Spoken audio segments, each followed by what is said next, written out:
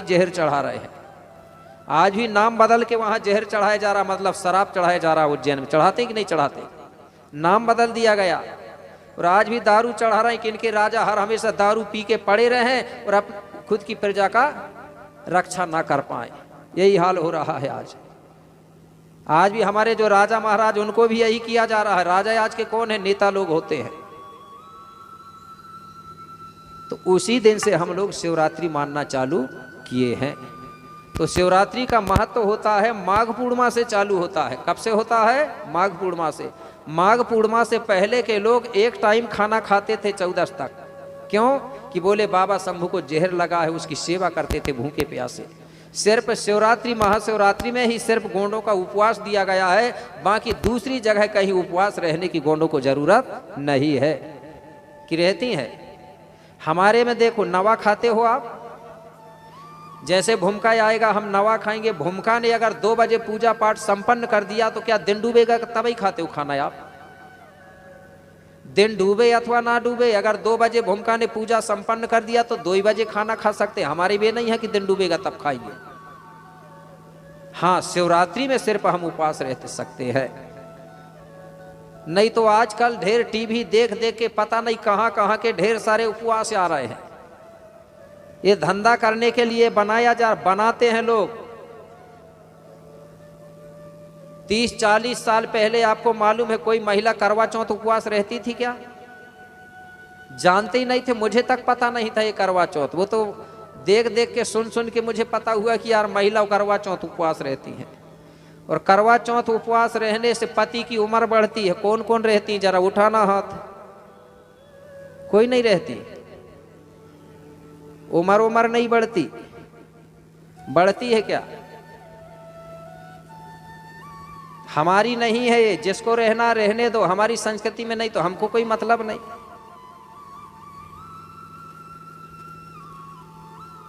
एक दिन उपवास रहने से किसी पति की उम्र नहीं बढ़ती।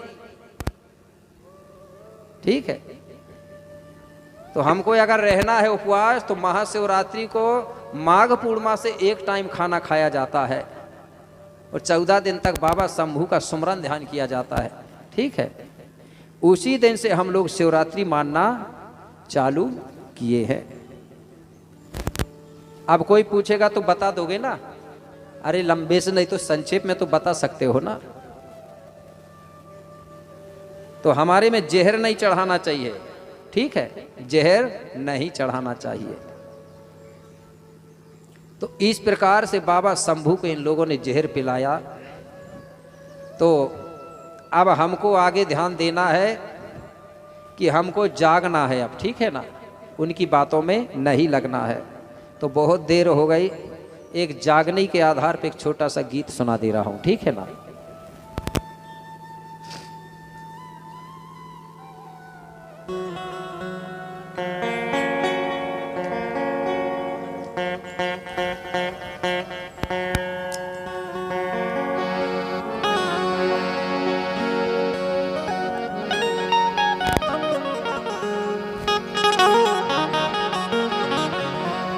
कि बड़ा देव जी दया करो, कि तुम हो दया के सागर, और मैंने तुम्हारे नाम की रंगा लिया हूँ चादर। कि जय जय सेवा मंत्र जपूं, कि जय जय सेवा मंत्र जपूं, और निस दिन करूं पुकारो, उरिया कर नैया पार लगा दो, कि पड़ी बीच मझधारो।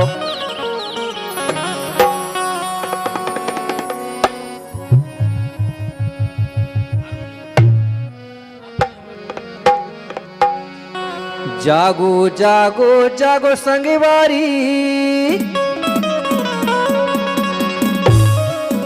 जागो जागो जागो संगवारी, अरे गुंडवा ना भुइया हमारी है, हमारी है, हमारी है। सतरंगी झंडा पीला गमछा गोंडवाना की चिन्हारी है।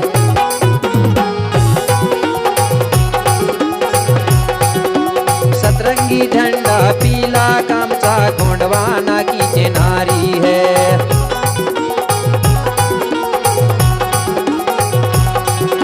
जागो जागो जागो संगे बारी, जागो जागो जागो संगे बारी। गुंडवाना भुइया हमारी है, हमारी है, हमारी है। सतरंगी झंडा पीला गमछा गोंडवाना की चिन्हारी है।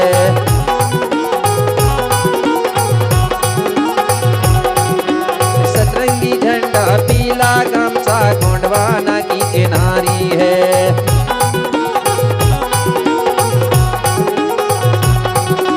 जय हो।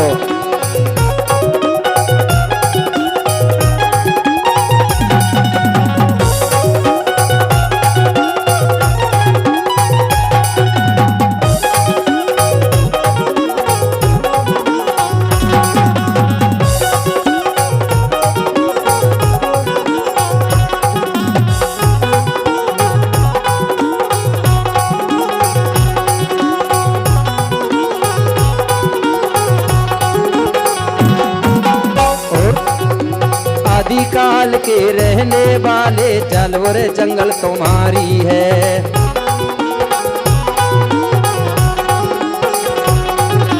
आदिकाल के रहने वाले जानवर जंगल तुम्हारी है।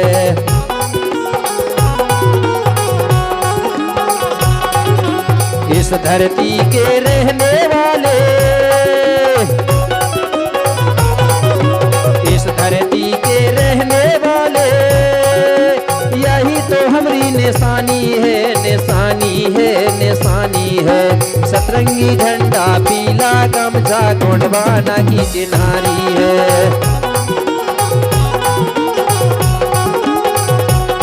अरे सतरंगी झंडा पीला गमछा गोंडवाना की चिन्हारी है।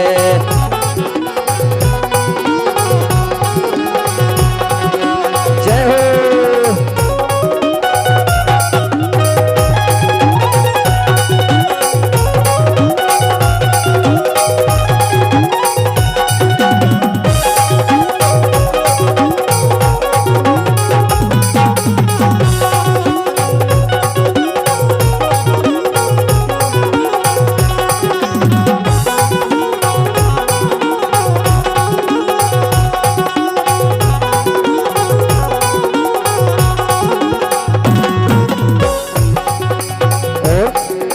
गोंडी धर्म को मानो सगा जन, यही तो हमारी निशानी है।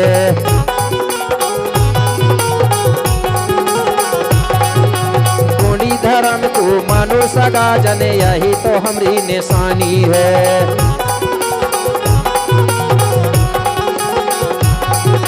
चुगलों की बातों में क्यों आते हो, चुगलों की बातों में क्यों आते हो। यही तो हमारी नादानी है, नादानी है, नादानी है। सतरंगी झंडा पीला गमछा गोंडवाना की चिन्हारी है।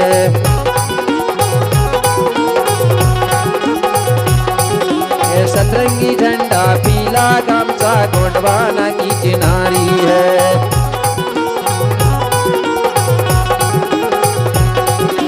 जागो जागो जागो संगवारी, जागो जागो जागो संगवारी। गुंडवाना भुइया हमारी है, हमारी है, हमारी है। सतरंगी झंडा पीला गमछा गोंडवाना की चिन्हारी है।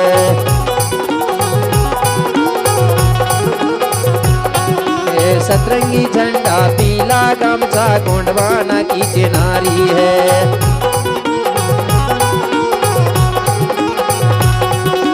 जय हो।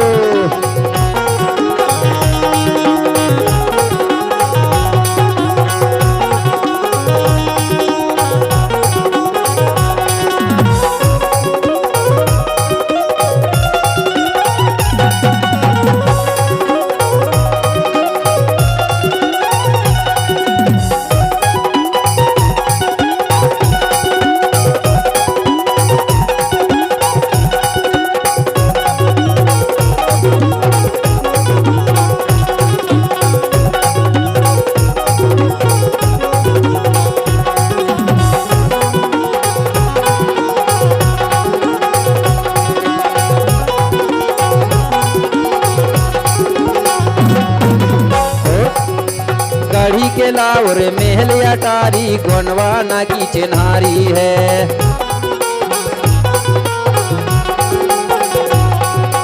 गढ़ी के लावर महल अटारी गोंडवाना की चिन्हारी है।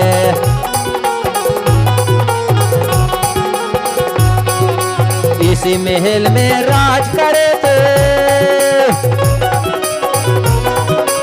इसी महल में राज करे थे, जिनकी किस्सा कहानी है, कहानी है, कहानी है।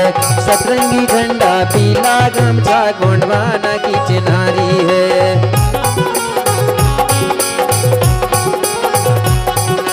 सतरंगी झंडा पीला गमछा गोंडवाना की चिन्हारी है।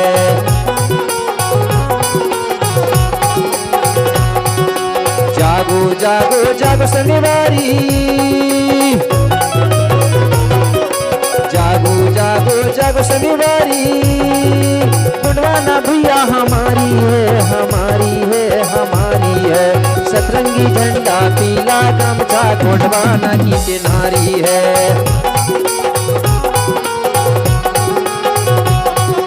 सतरंगी झंडा पीला गमछा गोंडवाना की चिन्हारी है।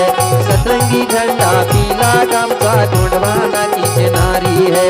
सतरंगी झंडा पीला गमछा गोंडवाना की चिन्हारी है। सतरंगी झंडा पीला गमछा गोंडवाना की चिन्हारी है। सतरंगी झंडा पीला गमछा गोंडवाना की चिन्हारी है। खड़ा पहनता। बहुत बहुत धन्यवाद। इसी बीच में हमारे सम्माननीय लक्ष्मी दिनेश धुर्वे जी है, हर्रा ना, हर्रा भाट से सरपंच जी है, वो सरपंच भी है। उनकी ओर से 200 रुपये की राशि सप्रेम भेंट दी गई है। बूढ़ा देव बूढ़ी दाई बड़ा देव उनकी मनोकामना को पूर्ण करे। एक बार उनके लिए जोरदार ताली बजा के सम्मान कर देंगे। बहुत बहुत धन्यवाद। जय शिवा जय जोहार। इसी बीच में ग्राम मालूम सोला से 7 देव हैं, नागवंशी है, वो कौन, हमारे सम्माननीय दुर्जन सिंह सयाम जी है और बिस्ताबाई सयाम जी है उनकी धर्म पत्नी, और अनिल सयाम जी है पुत्र, और कुमारी महिमा सयाम जी है पुत्री। उनकी ओर से भी 100 रुपये की राशि प्राप्त हुई है। उनके लिए भी ताली बजा के सम्मान कर दें। बहुत बहुत धन्यवाद। जय शिवा जय जोहार। इसके बाद ग्राम अकल सरास अकलपुर से, अकलपुर ये सर्कल अध्यक्ष हैं सम्माननीय मुन्नालाल धुर्वे जी। पत्नी है श्यामाबाई धुर्वे, पुत्र है भूपेंद्र धुर्वे, बहू रानी है लता धुर्वे, और पुत्र है सानू साय धुर्वे, और पुत्र है कुलदीप साय धुर्वे। उनकी ओर से 200 रुपया उनके लिए भी ताली से सम्मान कर देंगे। बहुत बहुत धन्यवाद। इसके बाद हमारे सम्माननीय लमान सिंह धुर्वे जी हैं, पत्नी है चिंताबाई धुर्वे जी, पुत्र मनोज धुर्वे जी, पुत्री मनीषा धुर्वे। ग्राम मालूम झोला से है, उनकी ओर से 251 रुपये की राशि प्राप्त हुई है। उनके लिए भी ताली बजा के सम्मान कर देंगे। बहुत बहुत धन्यवाद। जय शिवा जय जोहार।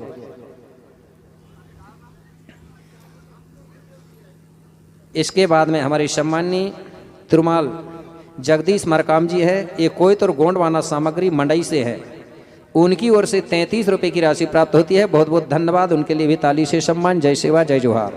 इसके बाद सम्माननीय दीप सिंह मेराबी जी है, परे गांव है, क्या है, कौन सा गांव है,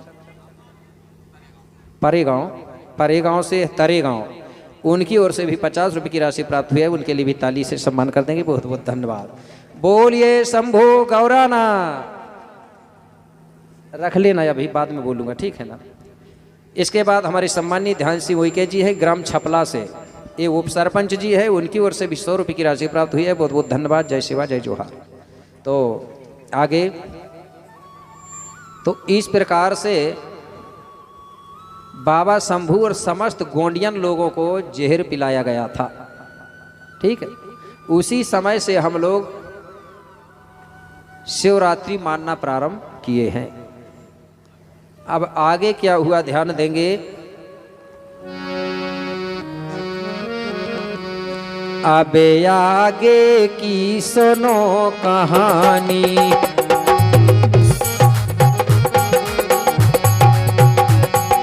गुरु विक्रम बोले हैं बानी।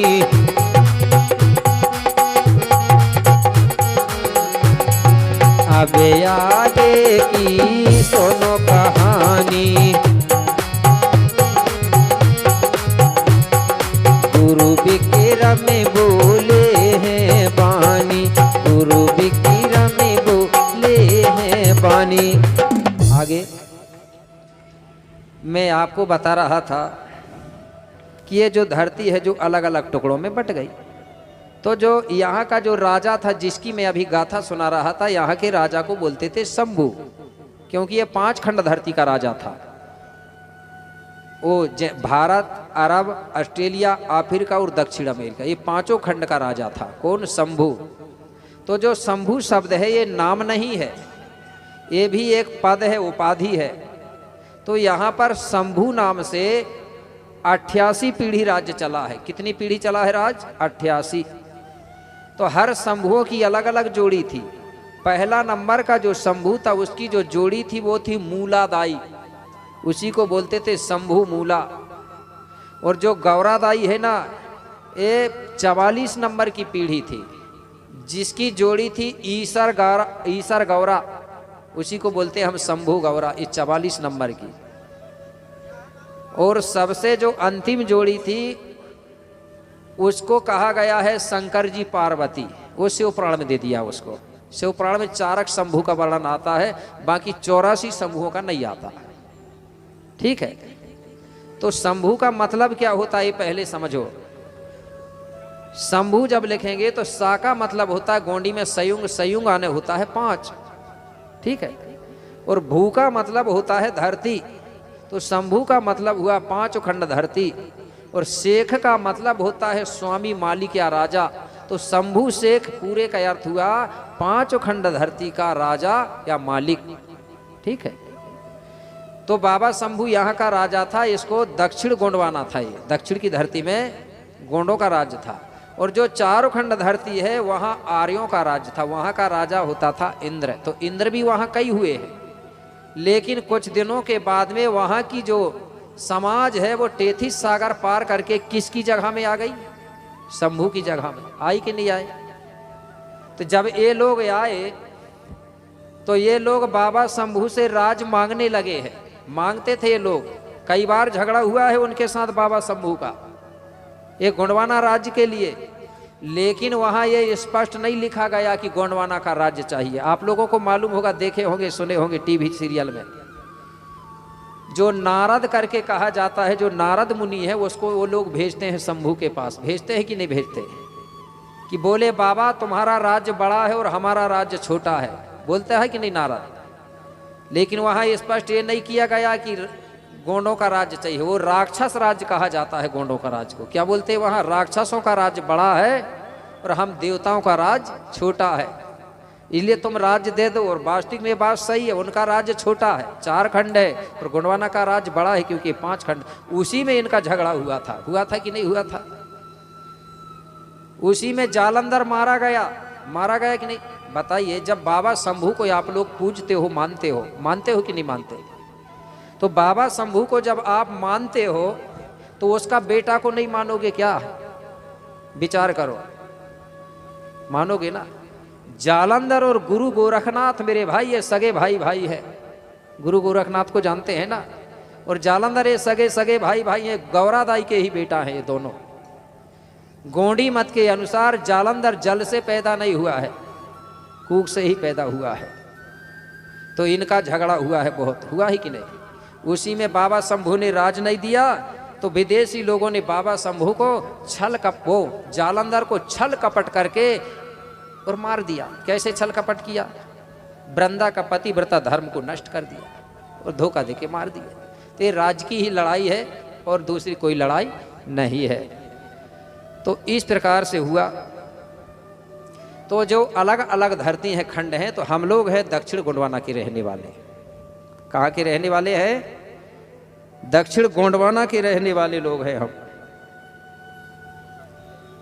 इसलिए हमको आज गोंड कहा जाता है। क्या कहा जाता है? गोंड। हाँ दे दो यही।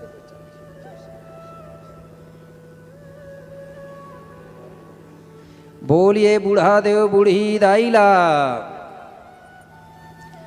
तो जो 5 खंड धरती में रहते हैं उनको गोंड कहा जाता है। तो जितने भी लोग यहाँ रह रहे हैं वो सारे के सारे गोंड कहलाते हैं। इसलिए हमको क्या बोलते हैं, कोई भी लोग गोंडवाना वाले बोलते हैं कि नहीं बोलते।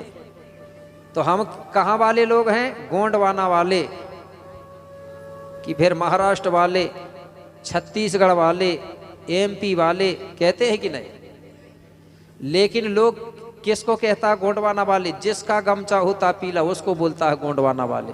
तो मेरे भाई आप विचार करो, जिसका पीला गमछा नहीं है या जिसने गमछा ही नहीं डाला है तो वो कहाँ वाला होगा, कहाँ वाला होगा। जिसका गमछा पीला भी नहीं है तो वो भी तो यही गोंडवाना ही का है कि नहीं है। गोंडवाना जो शब्द है वो जातिवाचक शब्द नहीं है, गोंडवाना इस देश का नाम है। इस देश में रहने वाला चाहे कोई भी समाज हो, चाहे एससी हो, एसटी हो, बीसी हो, वो सब गोंडवाना वाला कहलाएगा कि नहीं कहलाएगा।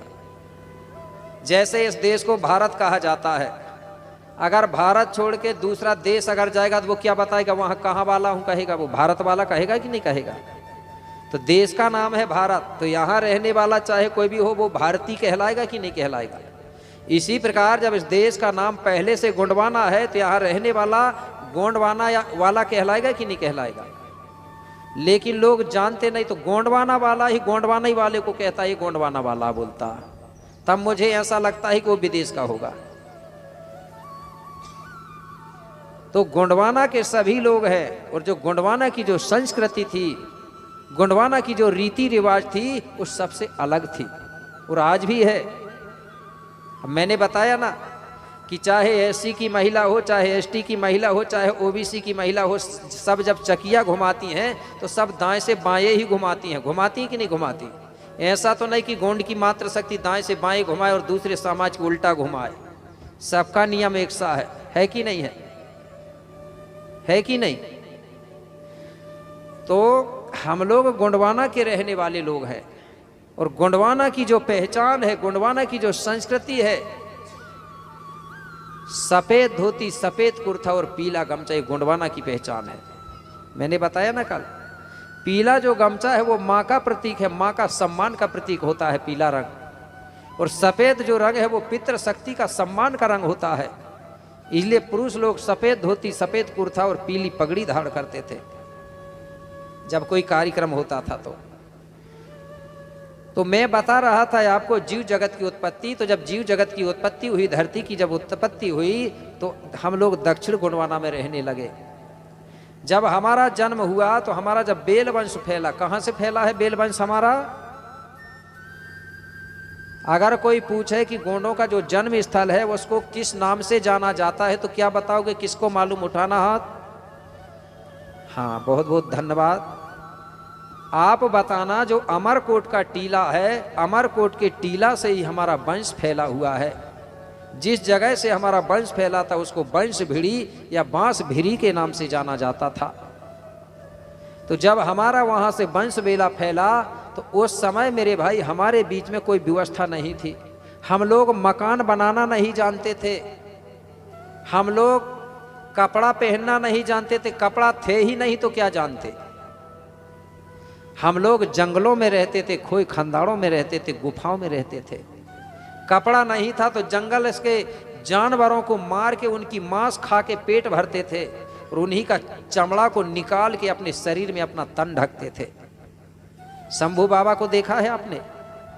शंभू बाबा बाघंबर क्यों लपेटता था, क्योंकि बाबा शंभू के समय में कपड़ा नहीं थे, इसलिए वो बाघंबर लपेट के अपना तन ढकते थे।